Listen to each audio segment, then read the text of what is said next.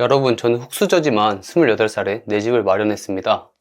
2022년 부동산이 폭락하고 34평 아파트를 마련했는데요. 제 이름이 등기부 등본에 올라간 날은 정말 기뻐서 잠을 못 잤습니다. 어떻게 제가 3년 만에 내 집을 마련하게 됐는지 오늘 간단하게 5단계로 누구보다 쉽게 알려드리겠습니다. 전설적인 투자자 피터 린치는 이런 얘기를 했습니다. 주식 투자를 고민한다면 내 집이 먼저 있는지 질문에 답해라. 집은 소유자에게 완벽하게 유리하고 인플레이션 방어책이자 불황기에는 몸을 의탁할 수단까지 제공한다. 이렇게 전설적인 투자자 피터 린치도 주식 투자보다 내 집 마련을 강조했는데요. 저는 피터 린치 말대로 부동산이 2022년에 폭락하고 34평짜리 아파트를 마련했습니다. 내 집 마련을 하고 싶은데 어떻게 해야 될지 몰라서 망설이는 분들이 있을 겁니다. 오늘 누구보다 쉽게 내 집 마련하는 법 5단계에 대해서 제 경험을 토대로 쉽게 설명드리도록 하겠습니다. 첫 번째, 손품을 팔아서 아파트 결정하기. 먼저 어느 지역에 살지 골라야 됩니다. 내가 가진 예산이나 라이프 스타일, 성향에 따라 선택할 수 있는데요. 예를 들어 직장과의 거리, 친정과 시댁과의 거리, 역세권, 숲세권, 학군 이런 것들을 고려할 수 있겠죠. 저는 직장이 좀 멀더라도 제가 가진 예산을 고려해서 교통이 편하고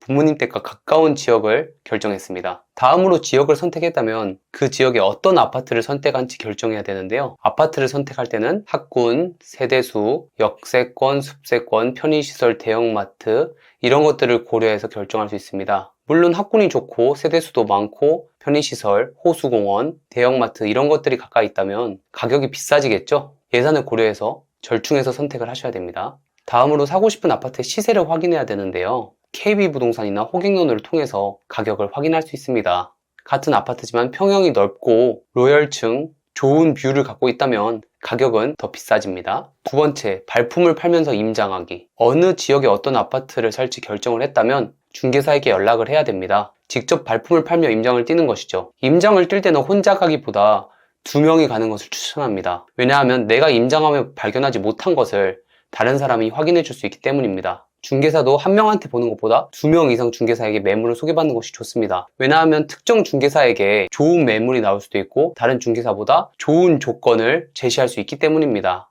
아파트 임장을 하면서 중개사에게 향후 전망이 어떻게 될 것인지, 아파트의 호재가 뭔지, 집주인은 왜 팔려고 하는지, 이 지역의 전망에 대해서 어떻게 생각하는지에 대해서 물어보는 것이 좋습니다. 세 번째, 가계약 및 계약하기입니다. 임장을 통해 아파트를 결정을 했다면 가계약을 해야 합니다. 가계약이란 계약서를 쓰기 전에 집주인 계좌로 소정의 금액을 입금하는 것입니다. 소정의 금액은 500만 원에서 1000만 원 정도를 의미합니다. 만약에 가계약을 했는데 집주인이 포기하고 싶으면 입금받은 금액의 2배를 나에게 돌려줘야 됩니다. 하지만 내가 가계약을 했는데 하기 싫다고 한다면 내가 입금한 금액을 포기해야 됩니다. 가계약 뒤에는 계약서를 써야 되는데요. 계약날에는 매매가의 10%를 계약금으로 준비해야 됩니다. 물론 미리 납부한 가계약금은 제외한 금액입니다. 예를 들어 5억을 했다면 10%는 5천만 원이 계약금이 되겠죠. 하지만 가계약금으로 1천만 원을 납부했기 때문에 5천만 원에서 1천만 원을 제외한 4천만 원이 계약금이 되겠습니다. 계약 때는 본인의 신분증, 도장, 계약금을 준비하셔야 됩니다. 등기부 등본과 건축대장 확인하셔서 집주인의 건물이 맞는지, 권리관계가 깨끗한지, 합법 건축물인지 불법 건축물인지 확인하셔야 되고요. 그리고 중요한 게 계약금을 입금할 때는 가계약금도 마찬가지인데 등기부 등본 상의 집주인에게 입금하셔야 됩니다. 집주인의 아내, 집주인의 가족, 동생 이런 거 절대 안 되고요. 등기부 등본 상의 건물주에게, 집주인에게 입금하시는 게 맞습니다. 계약날에는 잔금 90%를 납부하는 잔금일을 결정하는데요.